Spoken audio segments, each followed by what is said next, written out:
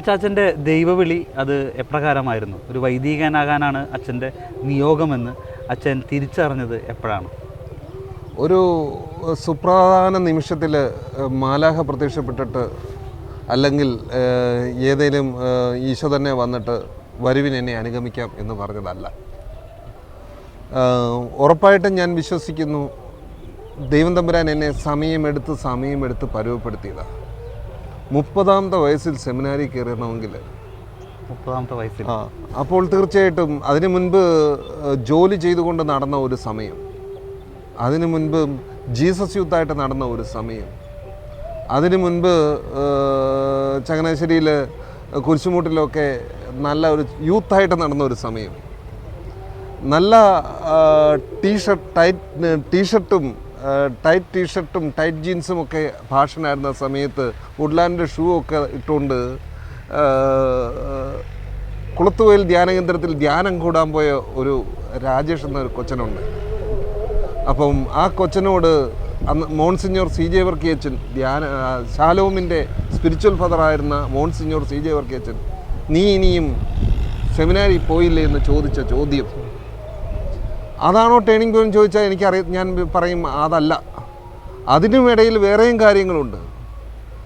Mummy അച്ചാച്ചൻ 16ാമത്തെ വയസ്സിൽ മരിച്ചു പോകുന്നു. ഒരു 1994 ജനുവരി 28 ഒരു വെള്ളിയാഴ്ച രാത്രി 10 മണി. ഒരു സിനിമാ സീനിലൊക്കെ കാണുന്ന പോലെ എന്ന് പറയാം. എൻ്റെ അച്ചാച്ചൻ്റെ അടുത്ത് ഞാൻ, എൻ്റെ മമ്മി, എൻ്റെ പെങ്ങൾ. ചെത്തിപ്പുഴ ആശുപത്രിയിൽ നിന്ന് അവിടുന്ന് വേറെ ആരുമില്ല. വീട്ടിലേക്ക് വരുമ്പോഴത്തേക്ക് സൈക്കിളെ ഞാൻ അച്ചാച്ചൻ്റെ ബോഡി കൊണ്ടുവരുമ്പോഴത്തേക്ക് വീട്ടിലേക്ക് വരുമ്പോഴത്തേക്ക് ആരെങ്കിലും ഒരുക്കാൻ വേണ്ടി അതിനു മുമ്പേ ഞാൻ പറയണം. സൈക്കിളെ സ്പീഡിൽ വേറൊന്നും ചിന്തിക്കാതെ വരുന്ന വഴിക്ക് മറിഞ്ഞ് വീഴുന്നത്. അതിനുശേഷം വീട്ടിൽ വന്ന് മുറി ഒരുക്കി ആ കൊച്ചു പയ്യന് അപ്പുറത്തെ അമ്മാമ്മയുടെ സഹായം കൊണ്ട് കട്ടിലൊരു വെള്ളയൊക്കെ വിരിച്ച് ഇങ്ങനെ നിൽക്കുന്നത് തുടങ്ങി. അതിനുശേഷം പെങ്ങളെ കെട്ടിച്ചു വിട്ടു. ആകെയുള്ള മമ്മിക്കുണ്ടായ അസുഖം, ആ അസുഖത്തിൻ്റെ വിഷമത്തിൽ ഇങ്ങനെ നിൽക്കുമ്പോഴത്തേക്ക് ആണ്, ജോലിയും ചെയ്യുന്നുണ്ട്. ആ ഒരു സമയത്ത് നിൽക്കുമ്പോഴാണ് പെട്ടെന്ന് വാഴപ്പറമ്പ് ഷാജിച്ചേട്ടൻ പറയുന്നു, മോനെ എൻ്റെ കൂടെ വാ, എന്നെ സഹായിക്കേ, അത്യാവശ്യമുണ്ട്, നീ വാടാന്ന് പറഞ്ഞു. അപ്പോൾ ഷാജിച്ചേട്ടൻ ഒരു ചേട്ടായിയാണ്. ചേട്ടൻ പറയുന്നത് കേൾക്കണമല്ലോ എന്ന് പറ്റിക്കൊണ്ട് പുള്ളിയുടെ കൂടെ ഓട്ടോയിൽ കയറി തെങ്ങണ എന്ന് പറഞ്ഞ സ്ഥലത്ത് ഒരു റൗണ്ടാനയുണ്ട്. ആ റൗണ്ടാനയുടെ മുമ്പിൽ ഇങ്ങനെ നിൽക്കുമ്പോഴത്തേക്ക് അവിടെ ഒരു മനുഷ്യൻ നിൽപ്പുണ്ട്. നല്ല 6 അടി പൊക്കമുള്ള ഒരു മനുഷ്യൻ. പക്ഷേ അയാൾ ഒരു 5-6 ദിവസങ്ങളായിട്ട് പുള്ളിയുടെ ഡ്രസ്സ് പുള്ളി മാറിയിട്ട് ഭയങ്കര മണവും ഉണ്ട്. ആ മനുഷ്യൻ വലിയ വടി കൊണ്ട് റൗണ്ടാനയ്ക്കിട്ട് അടിക്കുക. അപ്പോൾ ആ മനുഷ്യനെ പിടിക്കണം വേണ്ടിയാണ് ഇവർ പോയത്. എന്തിനാണെന്ന് എനിക്ക് മനസ്സിലായില്ല. നീ കൊച്ചു പയ്യനല്ലേ, കരാട്ടയൊക്കെ പിള്ളേരൊക്കെ പഠിക്കാൻ പോകുന്ന പോലെ ഞാനുമൊക്കെ അതിലൊക്കെ വന്നുകൊണ്ടുമ്പോൾ ഞാൻ ഇച്ചിരി വലിയ പുള്ളിയാണെന്നൊരു ചിന്തയുള്ളത് കൊണ്ട് തന്നെ സിസർ കട്ടിട്ട് പുള്ളി അങ്ങ് പുറത്തുനിന്ന് അങ്ങ് പിടിച്ചു. അപ്പോൾ എല്ലാവരും കൂടെ കൂടി ബാക്കി എല്ലാവരും കൂടെ പിടിച്ച് പുള്ളി ഓട്ടോയെ കയറ്റി ചെത്തിപ്പുഴ ആശുപത്രി കൊണ്ടുവന്നു. ചെത്തിപ്പുഴ ആശുപത്രി കൊണ്ടുവന്ന് പുള്ളിയുടെ കാലങ്ങ് നനഞ്ഞിരിപ്പുണ്ട്. അപ്പോൾ അവിടെ ടേബിളിൽ കിടത്തി പുള്ളി മയക്കാനുള്ള ഇഞ്ചക്ഷൻ കൊടുത്തു. അപ്പോഴേക്കും ബാക്കിയുള്ളവരെല്ലാം അങ്ങ് പോയപ്പോഴത്തേക്ക് പതുക്കെ സിസ്റ്റേഴ്സ് വന്ന് പുള്ളിയുടെ പാൻ്റ് അങ്ങ് ഇച്ചിരി പൊക്കിയപ്പോഴത്തേക്ക് കാലിൽ പഴയ കുഴിക്കക്കൂസിനകത്ത് പുഴുക്കൾ ഇങ്ങനെ നുരയ്ക്കുന്നത് നമുക്ക് കാണാം. അതുപോലെ പുഴുക്കൾ കാലിലിങ്ങനെ നുരച്ച് നിൽക്കുക. അവിടുന്ന് അതെല്ലാം വൃത്തിയാക്കുന്നതെല്ലാം ഞാനിങ്ങനെ മാറി നിന്ന് കണ്ടു.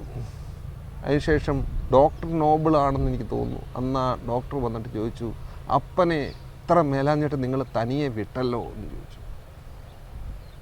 അപ്പനെ വിട്ടല്ലോ എന്ന്. അതെൻ്റെ അപ്പനായിരുന്നു, അതെൻ്റെ ഈശോ ആയിരുന്നു. അതെൻ്റെ ജീവിതത്തിൽ ഒരു ടേണിംഗ് പോയിൻ്റാണ്.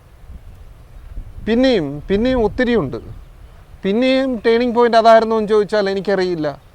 ജീസസ് യൂത്തിലെ 5 സഹോദരങ്ങൾ, റോയിച്ചനും രജനിയും ബിന്ദുവും ഷിജിയും റീനായും, പൂക്കിപ്പറമ്പ് ബസ് ആക്സിഡൻറ്റിൽ തലേ ദിവസം വരെ ഒരുമിച്ച് കൂടെ ഉണ്ടായിരുന്ന റോയിച്ചൻ ചുമ്മാ പച്ച റബ്ബർ മരം പോലെ കത്തിയെരിയുന്നത്. ആ ബസ് കത്തിയതിനടുത്ത് ഞാൻ പോയപ്പോൾ അവിടെ നിന്ന് ഒരു മനുഷ്യനോട് പറഞ്ഞു, ആ തെങ്ങും തലപ്പോളം ഉയരത്തി തീ ആളിക്കത്തിയെന്ന്. കൂടെ ഉണ്ടായിരുന്ന പലരെയും റോയിച്ചൻ ബസ്സിൻ്റെ ചില്ല് പൊട്ടിച്ച് പുറത്തേക്ക് ഇട്ടു, ബിന്ദുവിനെയും പിടിച്ച് പുറത്തേക്ക് ഇട്ടു. അപ്പോഴേക്കും അവരെല്ലാം കത്തിയാൻ മറന്നു. ബിന്ദുവിനെ ഒരു സാക്ഷ്യത്തിനെന്നോണം പിറ്റേ ദിവസത്തേക്ക് അവളെ കാണാൻ സാധിച്ചു. അപ്പോൾ പറഞ്ഞു, രാജേഷേട്ടാ ചേട്ടായി റോയിച്ചനൊന്നും കുഴപ്പമില്ല എന്ന് പറഞ്ഞു. പക്ഷേ ഇത് കണ്ട് അവൾ ജീവനോടെ ഇരിക്കുമെന്ന് കരുതി തിരിച്ചു പോന്ന ഞാൻ ആലപ്പുഴ എത്തിയപ്പോഴേക്ക് അവളും മരിച്ചു. പിന്നെ ഇതാണോ എൻ്റെ ജീവിതത്തിൽ പൗരോഹിത്യത്തിലേക്ക് വരാനുള്ള കാരണം എന്ന് ചോദിച്ചാൽ എനിക്കറിഞ്ഞുകൂടാ. ജീസസ് യൂത്ത് ആയതുകൊണ്ട് തന്നെ കേരളത്തിൽ അങ്ങോളം ഇങ്ങോളം ഞാൻ പോകുമ്പോൾ ഞാൻ പോകുന്ന മരണാടക്കൊക്കെ വളരെ ചെറുപ്പക്കാരുടെയാണ്. ജീവിതത്തിൻ്റെ നൈനിമിഷികത ഇത്രയേ ഉള്ളൂ എന്നൊരു വലിയ തോന്നൽ. അതിലൂടെ തന്നെ എൻ്റെ ജീവിതം കർത്താവിന് വേണ്ടി കൊടുക്കണമെന്നുള്ളൊരു തോന്നൽ. അത് ഇങ്ങനെ ടൈം എടുത്തു. ഏതാണ്ട് പറഞ്ഞ 7 വർഷങ്ങൾക്ക് മേലെ എടുത്തു. ആ 7 വർഷങ്ങൾക്ക് ശേഷം അതിനിടയിൽ പല കോൺഗ്രിഗേഷനിലൂടെയും പലതിലൂടെയും ഒക്കെ കടന്ന് അവസാനം ദൈവം എന്നെ കൊണ്ടുവന്നെത്തിച്ച് പരിശുദ്ധ കുർബാനയുടെ സഭയാണ്. പരിശുദ്ധ കുർബാനയുടെ സഭ. ഒരു ബിസിനസ് എക്സിക്യൂട്ടീവായിട്ട് ജോലി ചെയ്ത സമയം, ഒരു ഇവൻ്റ് എക്സിക്യൂട്ടീവായിട്ട് ജോലി ചെയ്ത സമയം, അങ്ങനെ പല സമയങ്ങളുണ്ട്.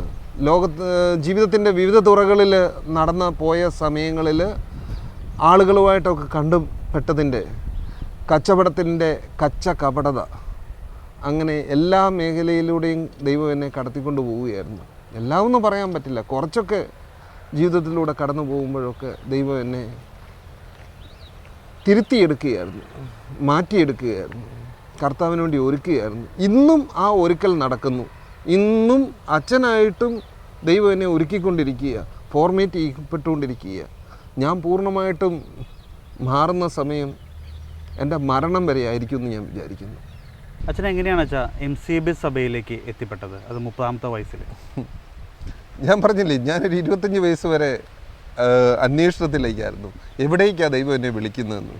വ്യത്യസ്തമായ കോൺഗ്രിഗേഷനുകളിൽ, സലേഷനിൽ പോയി, ജസ്യൂട്ടിൽ പോയി, കാർമലൈറ്റിൽ പോയി, ട്രിനിറ്റിയിൽ പോയി, ഇങ്ങനെ 1-2 ദിവസമൊക്കെ അവരുടെ കൂടെ സെമിനാരിക്കാരനാകണമെന്നുള്ള ആഗ്രഹം പറഞ്ഞും അല്ലാതെയും ഒക്കെ പലയിടത്തും താമസിച്ചു. അങ്ങനെ പല കോൺഗ്രിഗേഷനിൽ താമസിച്ചു, പലയിടത്ത് താമസിച്ചു, രൂപതയിലെ സെൻറ്ററുകളിലും താമസിച്ചു. ഇതിനിടയിൽ എന്നെ താല്പര്യപ്പെട്ടവരും ഇല്ലാത്തവരും ഒക്കെയുണ്ട്. പക്ഷെ 9ാമത്തെ സ്ഥലമാണ് ശരിക്കും പറഞ്ഞാൽ MCBS. അവിടെ നമ്മുടെ കരിന്തോളിലച്ഛനാണ് അന്നത്തെ ജനറൽ. അച്ഛനെയും കൊണ്ട് ഞാൻ പോകുന്നത് തന്നെ ഞാൻ ഓർക്കുന്നുണ്ട്. ടെർലിയമ്മയെന്ന് പറയും, SDയിലെ ഒരു അമ്മയാണ്, നല്ല ഗുണ്ടമ്മയാണ് ടെർലിയമ്മ, നല്ല വണ്ണമുള്ള ടെർലിയമ്മയാണ്. അപ്പോൾ ടെർലിയമ്മയും കൊണ്ട് എന്നെയും കൊണ്ട് പോകുന്നു. കാര്യം ടെർലിയമ്മ അന്ന് SD കോൺഗ്രിഗേഷനിൽ ധ്യാനിപ്പിച്ചതിന് ശേഷം, ഞാൻ ജീസസ് യൂത്ത് ആയിരിക്കും ധ്യാനിപ്പിച്ചതിന് ശേഷം അമ്മ എന്നെ സൂത്രത്തിൽ ഈ MCBS പരിചയപ്പെടുത്താൻ വേണ്ടി കൊണ്ടുപോവുകയാണ്. അപ്പം അവിടെ കരിന്തോളിലച്ഛനാണ്. അപ്പോൾ കരിന്തോളിലച്ഛൻ പറഞ്ഞു, മോനെ നിനക്ക് കുർബാനയുടെ സഭ നിനക്ക് പറ്റുമോ? നിനക്ക് രൂപത വല്ലതല്ലേ ചേരുന്നത്, നീ പറ്റുമോ? അപ്പം ഞാൻ പറഞ്ഞു, അച്ഛാ ദൈവം പരിശുദ്ധ കുർബാനയെ ക്രൈസ്തവ ജീവിതത്തിൻ്റെ കേന്ദ്രം, ഈശോയുടെ പീഡാസഹന മരണ ഉത്ഥാനമാണ് ഈശോയുടെ കേന്ദ്രമായിരിക്കുന്നത്. എല്ലാ തലങ്ങളിലേക്കും അപ്പമാകാൻ വേണ്ടി എനിക്ക് സാധിക്കണമെങ്കിൽ ഞാൻ വിചാരിക്കുന്നു എന്ന് പറഞ്ഞു. കാര്യം ഞാൻ കോൺഗ്രിഗേഷനെ പറ്റി പഠിച്ചു. കാര്യം ഒരു വിശുദ്ധൻ്റെയോ വിശുദ്ധയുടെയോ ഒരു തരത്തിലുള്ള മറ്റെന്തിൻ്റെയോ പേരിലല്ല ആ സഭയിരിക്കുന്നത്. അതാണ് എനിക്ക് സന്തോഷമാകാൻ കാരണമായിരിക്കുന്നത്. പക്ഷെ ഞാൻ അവിടെ ചെന്നു. അപ്പോൾ അച്ഛൻ എനിക്ക് 1 മാസം സമയം തന്നു, ഞങ്ങളുടെ സഭാപിതാവായ പറയടത്തച്ഛൻ താമസിച്ച കടുവാക്കുളം എന്ന് പറഞ്ഞ സ്ഥലത്ത് താമസിക്കാൻ വേണ്ടി. അപ്പോൾ അതാണ് സത്യത്തിൽ അവിടെ താമസിച്ചതിൻ്റെ പശ്ചാത്തലത്തിലാണ് എനിക്ക് MCBSലെ അച്ഛന്മാരെ എല്ലാം പരിചയപ്പെടാൻ പറ്റി. തീർച്ചയായിട്ടും കുറ്റിക്കലച്ചൻ വലിയ പ്രചോദനമായിരുന്നു. കുറ്റിക്കലച്ചൻ്റെ ജീവിതം, ആകാശപ്പറവുകൾ എന്ന പേര് ഈ ലോകത്തിന് നൽകിയത് കുറ്റിക്കലച്ചനാണ്. അപ്പോൾ കുറ്റിക്കലച്ചൻ ചങ്ങനാശ്ശേരി കത്തീഡ്രലിൽ വെച്ചൊരു പ്രോഗ്രാം നടത്തിയപ്പോഴത്തേക്ക് തെരുവ് മക്കളെയെല്ലാം സംഭരിച്ചു കൊടുക്കാൻ വേണ്ടി അവിടെ ഇവിടെയെല്ലാം അവരെ ധ്യാനത്തിന് കൊണ്ടുവരാൻ വേണ്ടി ഞാൻ അച്ഛനെ സഹായിച്ചിട്ടുണ്ട്. അതേ അച്ഛൻ തന്നെ എൻ്റെ പട്ടത്തിന് പല സ്ഥലങ്ങളിൽ അച്ഛന്മാർക്ക് വേണ്ടി അച്ഛന്മാർ ഭക്ഷണം കഴിക്കുന്നിടമുണ്ട്, ആളുകൾ ഭക്ഷണം കഴിക്കുന്നവരുണ്ട്. ഇപ്പുറത്ത് ഈ തെരുവ് മക്കൾക്ക് വേണ്ടി ഒരു ചെറിയ ഹാള് റെഡിയാക്കിയിരുന്നു. അച്ഛൻ വന്ന് അവിടെ ഇരുന്ന് ഭക്ഷണം കഴിച്ചു. ഞാൻ പറഞ്ഞു കഴിഞ്ഞാൽ എല്ലാ തലങ്ങളിലും ഉള്ളവർക്ക് അപ്പമാകാൻ വേണ്ടി പരിശുദ്ധ കുർബാനയുടെ സഭയിലൂടെ ദൈവം എന്നെ വിളിച്ചു.